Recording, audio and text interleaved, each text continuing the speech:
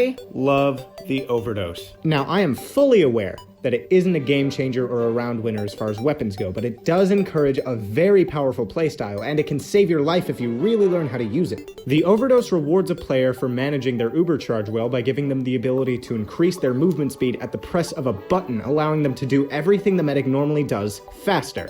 Of all of Medic's weapons, the Overdose is definitely one of the most well-designed because it was conceived to resolve a specific issue like most good weapons were. Now, for a while, way back in the ancient era of 2011 AD,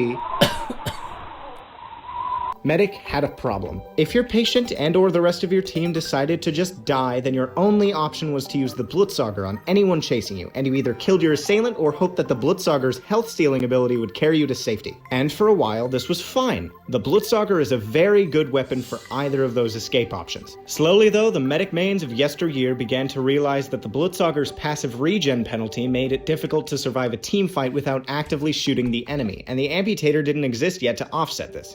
So what was to be done? Using the stock syringe gun helped you survive team fights and dispatch spies, but you would still have trouble escaping the enemy, and using the Blutsauger was risky for opposite reasons. The answer was clear. Medics needed a tool to help them escape danger that didn't force them into a hyper-aggressive playstyle. And so the Lord said, "Let there be hepatitis."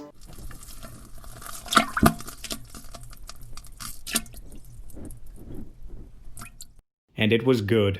Thus was born the Overdose, a weapon that, at the time, barely affected gameplay at all, owing to its incredibly underwhelming stats. At the cost of a 10% damage penalty, your movement speed would be boosted by a maximum of 10% when the weapon was held. Obviously, this iteration of the Overdose had the same problem that the old Jag used to have, in that it was hardly any different to its stock counterpart. Thankfully, this new problem would be solved just 5 short years later in 2016 when its stats were changed to something that finally solved the Medic's original problem. Now, at the cost of a 15% damage penalty, your movement speed is increased by up to 20% based on your current Uber charge meter, which is just 5% slower than a stock scout speed at its maximum as long as you actively wield it while you're on the ground. As fate would have it, the Medic meta was popularized at around this time, leaving the newly buffed and entirely viable Overdose behind in the dust. The best argument I regularly see against the Overdose is that you have to put away your Medigun and stop healing for a bit in order to take advantage of its upside at all, which keeps the Medic from fulfilling his class role. In all fairness, this is entirely legitimate at lower levels of skill, but better players should be able to work around it and still heal efficiently after enough practice with the weapon. Plus, you can actually tap into the Overdose's speed buff without fully putting away your Medigun by taking advantage of B-hopping. Okay, everybody, don't panic. The host has returned. B-hopping is a maneuver that tricks the game into thinking that you should be allowed to move faster than you would normally be able to because you're technically airborne, and the Source engine allows players to move faster in the air than when they're grounded. It's a fairly common skill to see in soldiers because it can squeeze a bit more horizontal distance out of a rocket jump, and Tomislav heavies because it allows them to continually move at a decent speed while fully revved.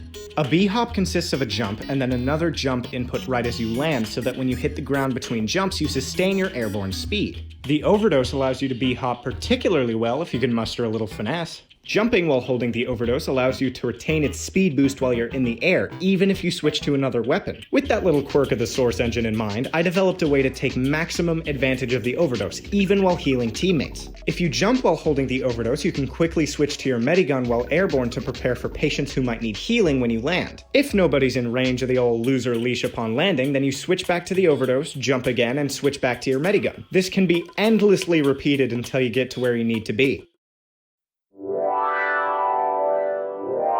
Now, how can you, a real big brain Medic main, make the Overdose work for you? Personally, I would recommend that you use it with the Quick Fix and either the Vitasaw or the Uber Saw.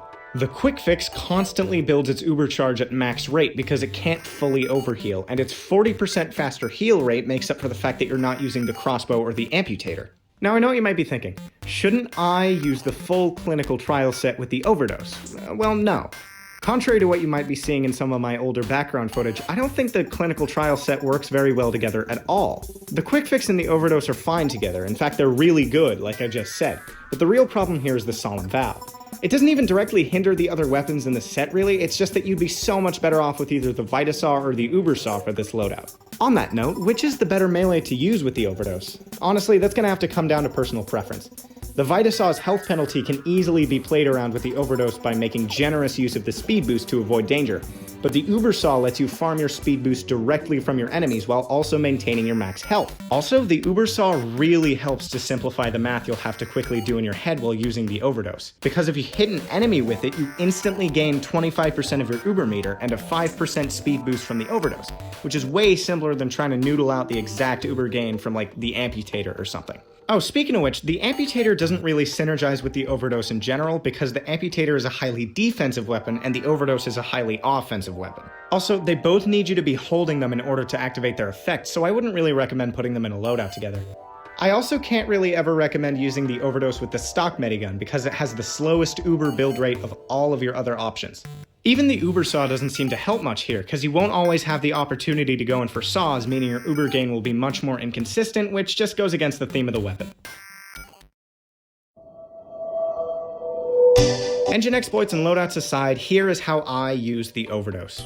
Upon spawning, if my Uber charge meter is below 50%, I switch to my melee, then to my Medigun so that when I press Q, I'll be ready to spread some tetanus if need be. I do this because if my Uber charge meter is below 50%, then the Overdose's speed boost is not going to be significant enough to fuel a bee-hopping spree, and I'd be better off defending myself with my melee in most situations.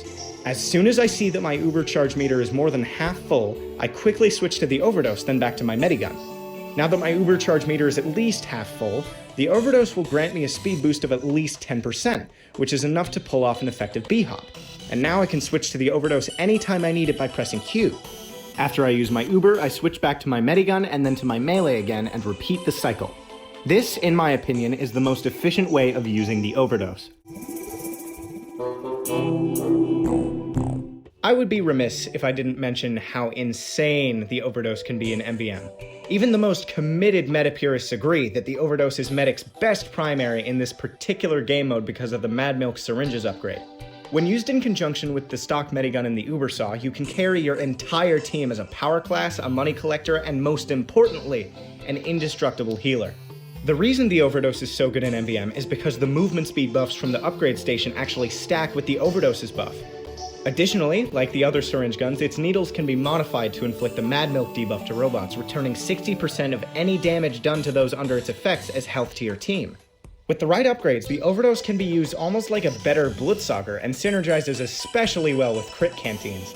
Those benefits, along with the Medigun's healing mastery upgrades and the Ubersaw's universal synergy, allow the medic to assume nearly every class role in most of the later waves of any mission.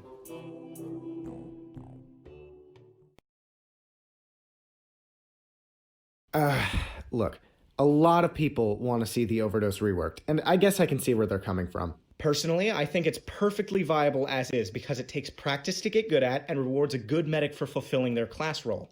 I would be moderately happy if the TF team decided to go with the community's most popular suggestion and make the Overdose's buff passive, and I would totally see why.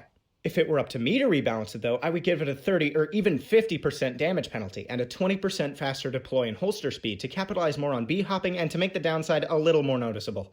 Oh, and speaking of which, I know that 15% damage penalty the Overdose has is relatively negligible, which pretty much makes it a direct upgrade to stock in some situations, but it tends to stack up when dealing with beefier classes, which can lead to some pretty infuriating deaths.